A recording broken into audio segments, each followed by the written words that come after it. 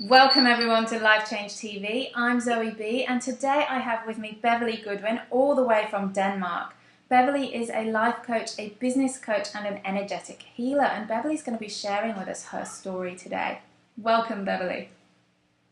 Thank you Zoe and thanks for having me. That's a pleasure. Great to be here. So tell us a little bit about your background, Beverley. Where are you from? What are you doing at the moment? I come from England, but have lived in Denmark for 22 years. I work as a coach, as you were saying, a life coach, which is the area that I prefer. I have tried business coaching, but I like to get really involved in my clients. And give them the support that they require to change their life. The thing that I work mostly with is actually energy, through my coaching and energy healing, because I became aware that we all are energy. So sometimes the blocks that we have for not being able to move on are actually inside the energy field in our bodies. Letting go of those and letting go of the blockages actually gives more flow to be able to start choosing the life that you desire. So this is quite interesting concept for me, because I started out as a coach where you use the questions and all the techniques and tools, and I still use those, but I use more and more the intuition and feeling the energy, and some amazing changes have appeared for my clients and for myself. We process as well with this, and we expand as well when we work with people in this way. So it's quite interesting. Wow, I love that. So you're combining two modalities almost, the coaching along with the energy work together, and that's quite an interesting concept. How long have you been doing that for now? 2.5 years. I've been working as a coach for 4 years. So it's something that came to me in the process of working with different people, and I had like an awareness that something else was required for some people to make the change quicker, because being stuck so long and getting involved and really using the past experiences that were really blocking them, I started searching for something else that could be more powerful for them and easier and quicker to change, instead of reliving the past all the time and going backwards. Let's start now and say, okay, we can let go of that and see what we can create now in your life and what you wish to choose now. So it's also about focusing on the present moment and not reliving your life. So there's no point in keeping stuck there if you want to change something. So amazing. So it's not so much like counselling where you go back into the past and you dig up old issues. It's more about taking control of the now and taking that power, I guess. Yeah, exactly. Incredible. And what kind of things do you work with people? Sorry? What kind of things do you help people to change them when you talk about getting stuck? What sort of things? Yeah, well, I work on a daily basis actually with young people that have had quite disturbing childhoods. And they really, I think the main issue for them is that they don't know who they are. So actually tapping into their own awareness and finding out what it is that they really, really want to do in their life, and which direction they'd like to go, and who they are and what their capacities and abilities are, so that they can engage with those and start thriving, instead of living in this victim of survival mode that a lot of them do. Like, they buy into their past as being them. So it's changing the perspective on that and helping them realise that they can actually choose their life and be the creator of their own life, and tapping into their own power, actually. So it's very interesting and very rewarding to see young people really change and start choosing for themselves and start having success. So I really enjoy that work. I also work with a lot of people that have abuse, And this is it's mainly women, but there are some men that have experienced sexual abuse or violence in their life, and they're stuck in that. Of course, there's a lot of emotions and feelings involved with that, and it's about accepting that the situation has happened and forgiveness, and then also tapping into the gratitude of actually. What do you have in your life and where you can go from here? And we work in small groups so that also the members can help each other and support each other. People that have been in similar situations really helps them to accept their own situation. So I do that also. And I have clients come here to my clinic, which I have at home base. Where we work a lot more with the healing and the one-to-one coaching. Can be anything from drug abuse to relationship problems to financial problems to just wanting to choose something else in their life. People that are functioning well, but they don't have that glow of happiness, and they know something else is available to them, but they don't know how to grasp it. Yeah. So we look into what possibilities there are and how they can change that by taking certain steps and following the process. So, wow, amazing. So it's obviously quite broad what you're doing. You're working with lots of different types of people. Yeah. Incredible. So before we get into a little bit more about your work, I'd love to just go back in time a little bit and find out a bit more about your story, because obviously you're really enjoying the work that you're doing now, but that's not what you've always done, and there was almost a trigger point for you, wasn't there, that sort of led you to where you are now. So take us back to, I guess, the time before when things were quite different for you, and just before your life kind of turned around and changed. Yeah.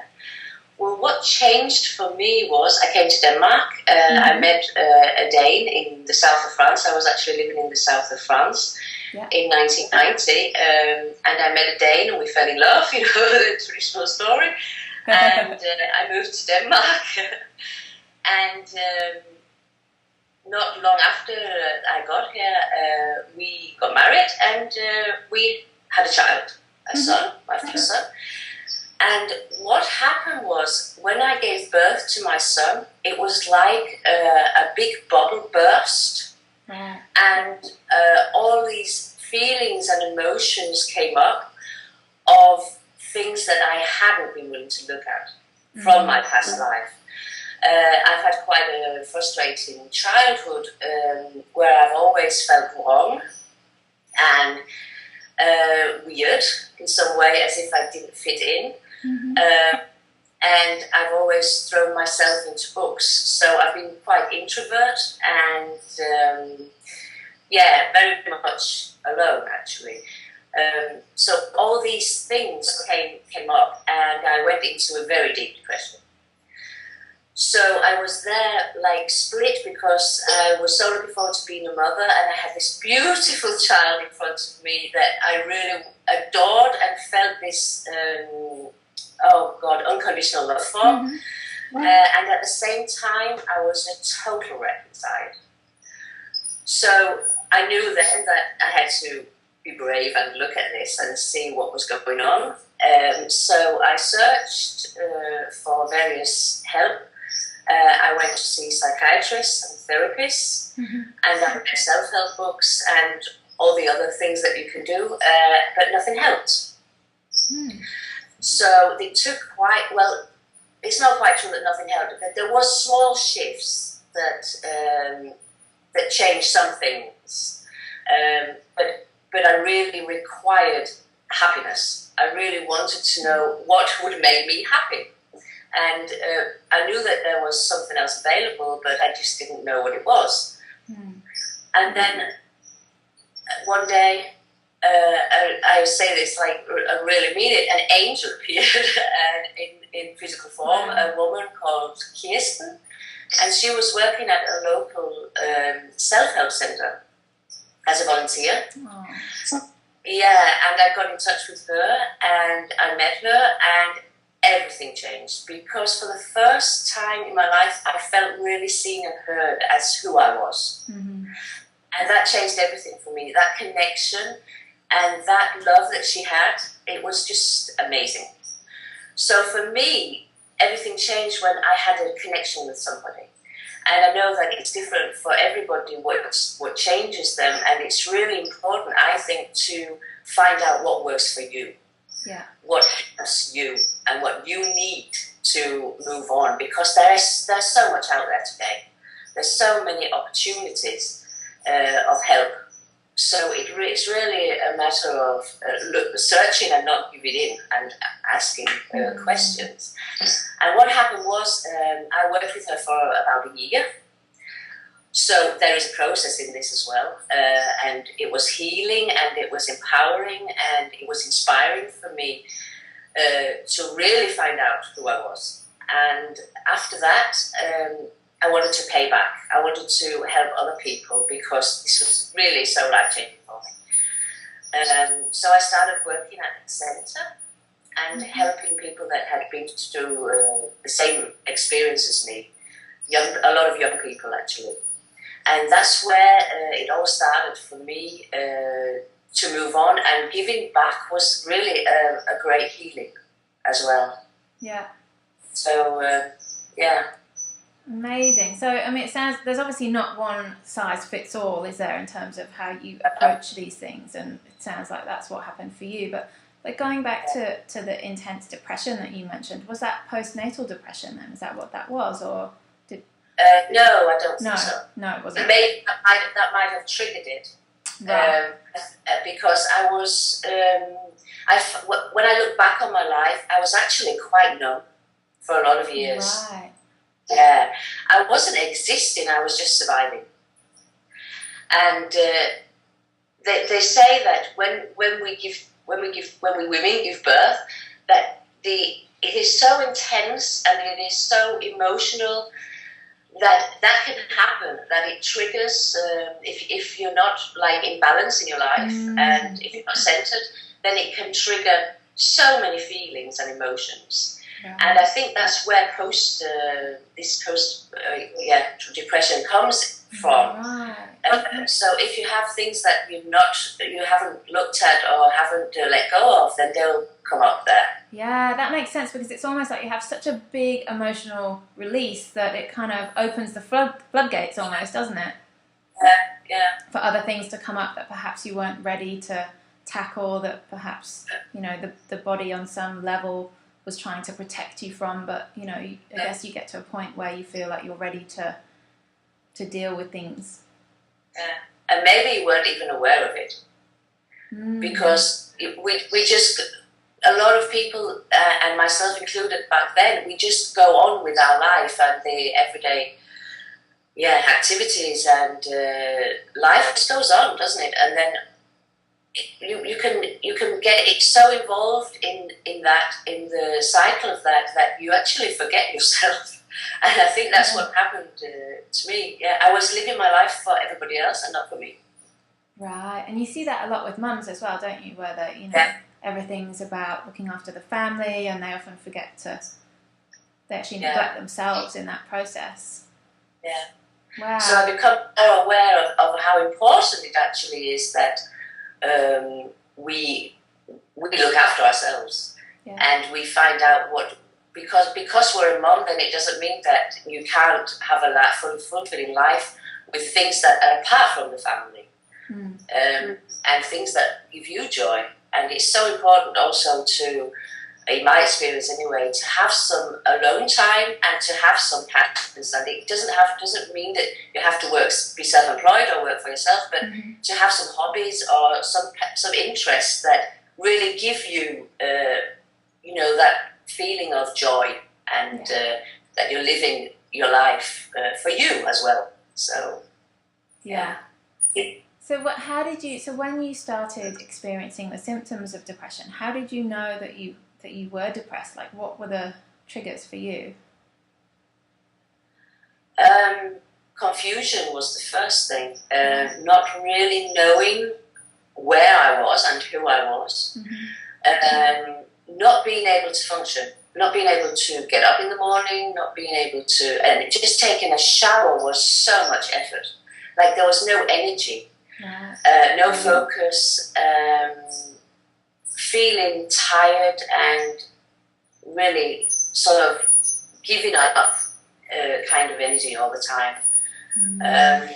Everything was a struggle. Everything was just a struggle.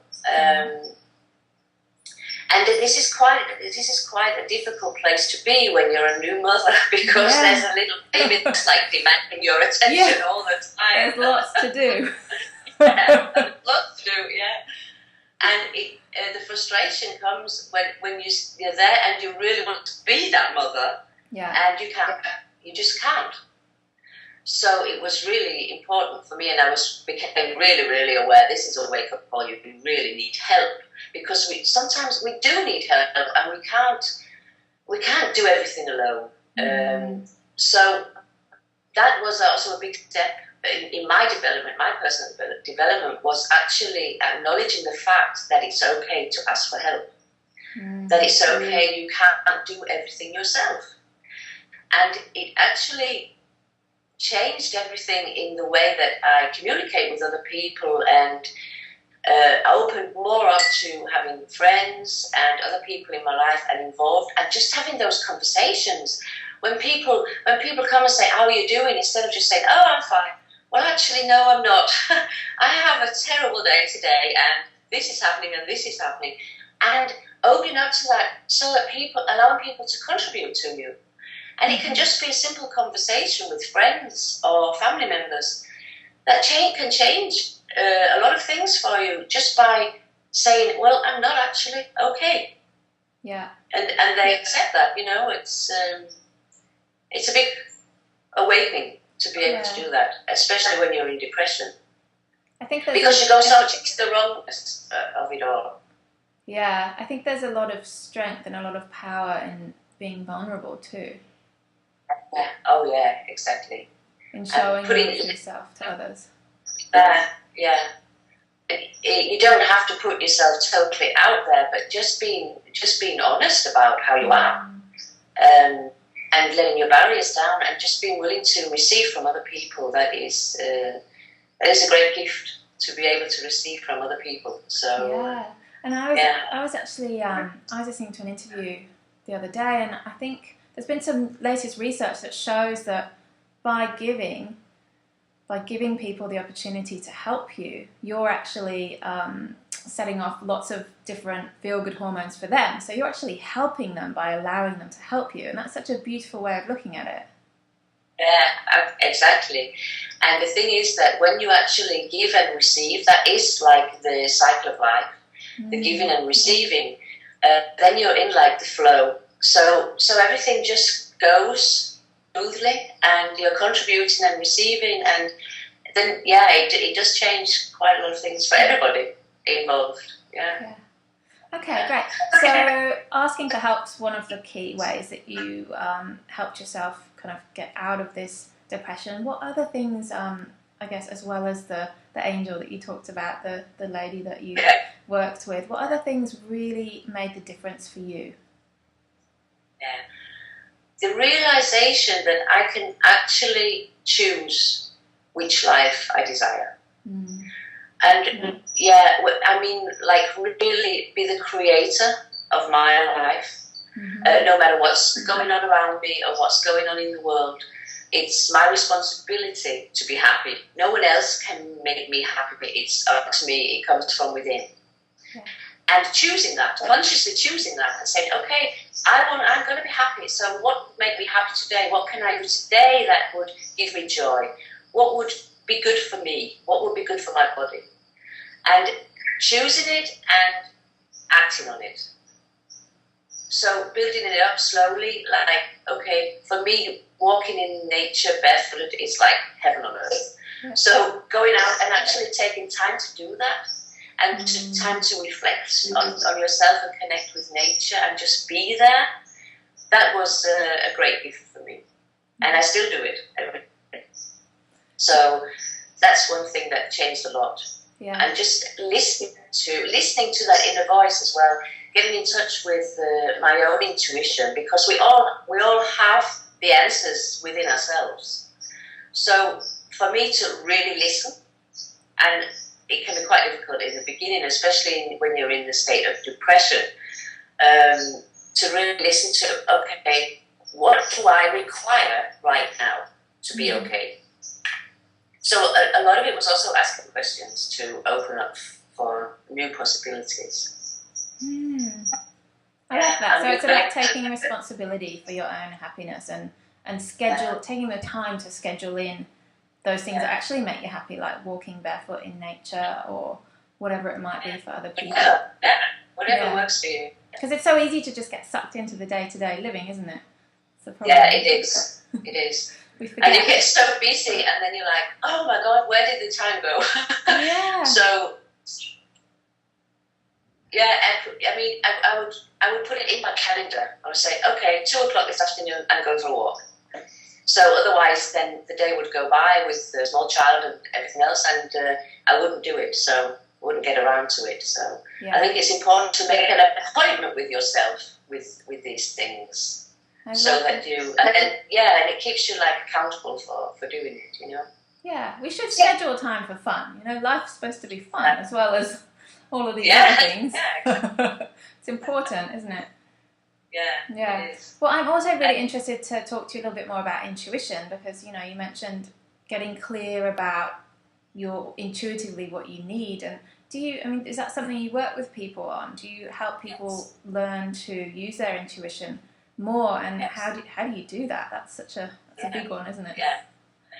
Well, it all comes from the concept of awareness, and for me, awareness can be it's everything, and it can be small things. It totally depends on where the person is, but for me, awareness is no judgment of yourself or others, and it's like being observant of what's going on in your life when it's actually happening and how you react to it, so that you can choose something else. And that's where the intuition comes in, because when you find out how you function and you let go of all the things that aren't functioning for you, then this inner voice that we have, or this gut feeling, or some people receive it through pictures and ideas and dreams. There's so many different ways that the soul, which is what I think the intuition is, comes through to us and gives us small messages. I mean, it's just like a feather brushing against your cheek when you listen to it and you're looking for it. And it can be just something like, have you ever had the experience that you have to call somebody right now, and you get their name, you get a picture of them, and you just feel the energy of them, like, oh, they need me to call, and you call them, and they're like, oh, I was just going to call you, I really need to talk. that is following your intuition. Yeah. Or if you're going to a job interview, for example, and there's something that feels heavy when you go there, that's your intuition telling you that this is probably not the job for you. So everything that feels light and fun is usually true for you. And everything that comes to you with ease. So as you choose through your life, be aware of what is easy for you, what makes you feel happy, and what is light for you. They're usually the things that are so true for you, and the things that you can implement in your life just like that. And when the heavy stuff comes, start asking questions. Start asking yourself, okay, what is this trying to tell me? What am I not aware of here? Do I have to change something, or is this not for me? And you will get the answer. It will come to you, maybe not like that, but it will come to you in a vision, or through a stomach feeling, or whatever, a voice. So it's quite, it opens your mind to a different way of thinking. Yeah. Actually, it's not thinking, and it's very difficult to put words on this sort of stuff, because it's not even just a feeling; it's an emotion, and it's a knowing. It's like a knowing that I don't know, this isn't logical, I don't know where this is coming from, but this just feels right for me. Yeah. And that's it. That's the thing. If you follow that, then you're following your intuition. That's true, and it's never wrong, is it? That's the thing. How many times have you gone, "Oh, I knew that wasn't right for me. I knew it," but the logical mind kicks in and says, "Oh, but you should do this. This sounds like the right thing," and comes up with all these reasons why you should do something. When you have that nagging feeling, and you just have to listen to it, don't you? Yeah, because we know. I mean, we're so powerful, and we don't use. What do we use? About 10% of our capacities, and we have so many abilities and so many capacities. And if we would just allow ourselves to let go of all the thinking and all the turmoil that goes on and on and on, the mind chatter, then you can go deeper and get in touch with the true essence of who you really are. And if you just let that guide you, then your life just evolves in a totally different way. Things start showing up, things that you desire start showing up, and you can just choose them. You can just say, oh yeah, I'm having some of that, and you just go for it. I know it sounds really easy, but it is. We just have to listen, turn our attention inwards. Yeah. And there's, of course, different ways you can do that. Meditation is a really good way. Mm-hmm. Or if you're not into meditation, just having some reflection time, some quiet time with you. 5-10 minutes a day, it doesn't require more. Where you just relax and just do some conscious breathing so that you're getting in touch. And if the mind goes on and on and on, which it does in the beginning, then just be okay with it. Just say, okay, but I'm quiet, please, now. I don't have time. Yeah. And then just be there with yourself. And after practice, then things start showing up. Mm-hmm. And you start becoming aware of, oh, what I did yesterday, that wasn't very good. Maybe, how can I change that? It didn't work for me. And also, raising your vibrational frequencies is quite a good way to be in touch with yourself and also to attract what it is you really desire in your life. Mm-hmm. And you can do that also by, for example, if you want something to make you happy, let's say you want a new job. You're at the job, and it's at the job you have now, and it just isn't working for you anymore, and you want a new job. So if you go in and ask yourself, okay, what job would I like? What would it feel like to be there? Who would my colleagues be? Who would my employer be? What kind of working environment is it? And if you get the sense that you're actually there, then you're matching your vibrational frequencies with that which you desire. And if you can hold on to that as a vision, then you will attract that into your life. And there's also lots of other ways of raising that. So it's funny because intuition, it is quite esoteric. It's hard to talk about and discuss, but every single person on the planet has experienced it. That's the incredible thing about it. There's not anyone who hasn't experienced their intuition telling them something. So it's such an incredible thing, isn't it? Yeah, it is. And it's a gift we've been given. We were born with it. So it's for me, it's crazy that we don't use it more. Yeah. It's crazy that we don't listen. Yeah. It's a natural talent we have. So. Yeah. Yeah. So one more thing that I just wanted to talk about was forgiveness. You mentioned earlier on in our chat that forgiveness is something that's really important. Was that really key for you when you were working through all of the issues that came up from your depression? And how did you work through that? How do you forgive someone? Yeah, I think when I realized that the forgiveness was not actually forgiving someone, it was the act of forgiving to move on. Right. So I didn't have to go to that person that I felt had not been kind to me and say, I forgive you. Mm-hmm. But mentally, I forgave them. Right. For me, not for them. So, and a lot of people get stuck on that, where I can't forgive them for what they've done to me. No, you don't have to actually physically forgive them, but forgive them in your mind so that you can let go and say, okay, that happened, that is a reality. And that experience, what can I get from that experience? Because we always get something from an experience, even if at the time we can't see it. So what do I get from that experience? I mean, all the experiences we have in our life make us what we are today. And without them, we wouldn't be what we are today. Yeah. So for me, that made it a lot more easier to forgive when I've realized, okay, this is for me.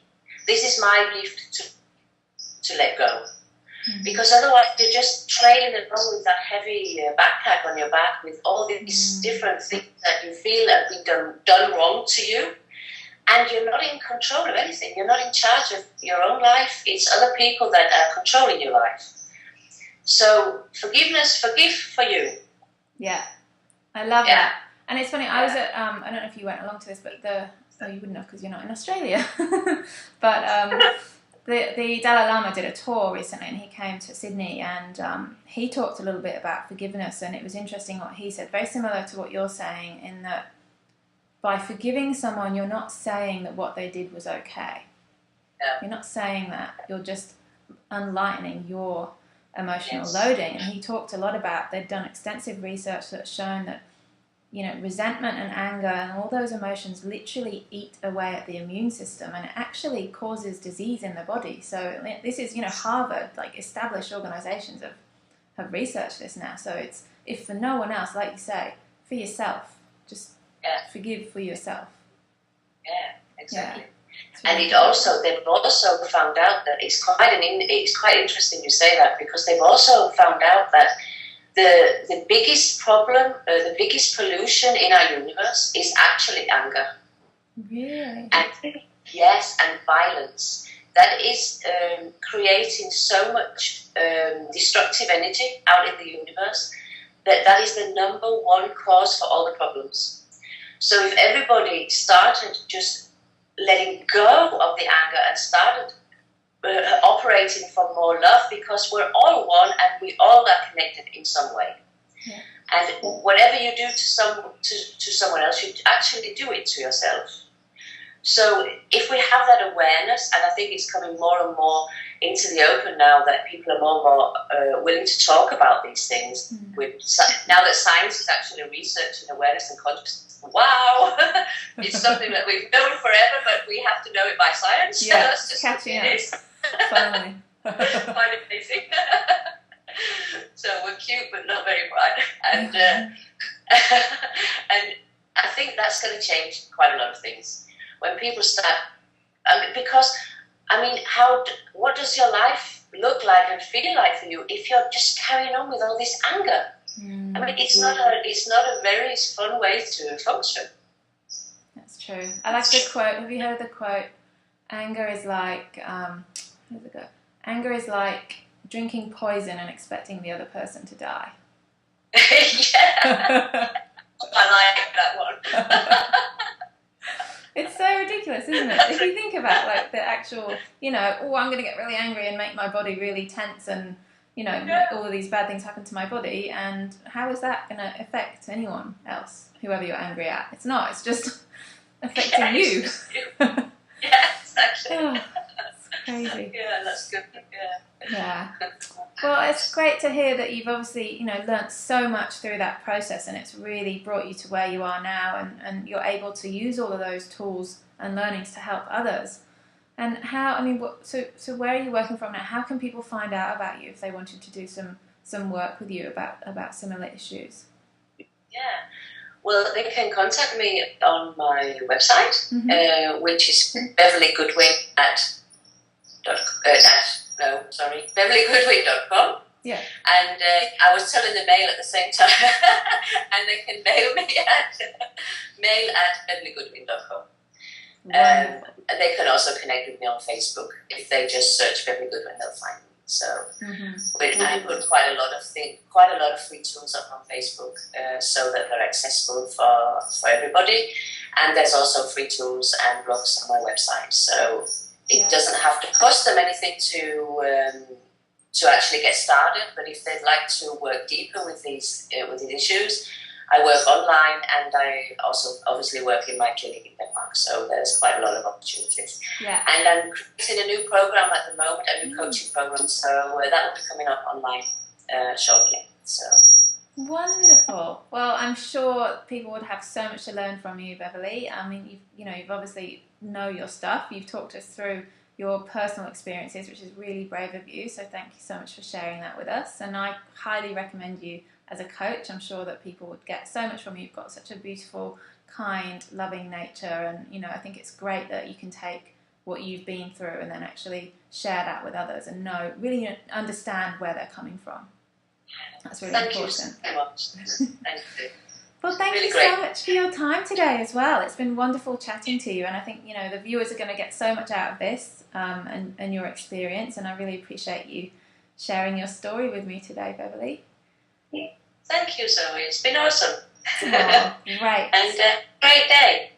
Wonderful. Well, thank you everyone for watching. We will be back next week with more Life Change TV, where you can hear from more people and their incredible life change stories. Until next time.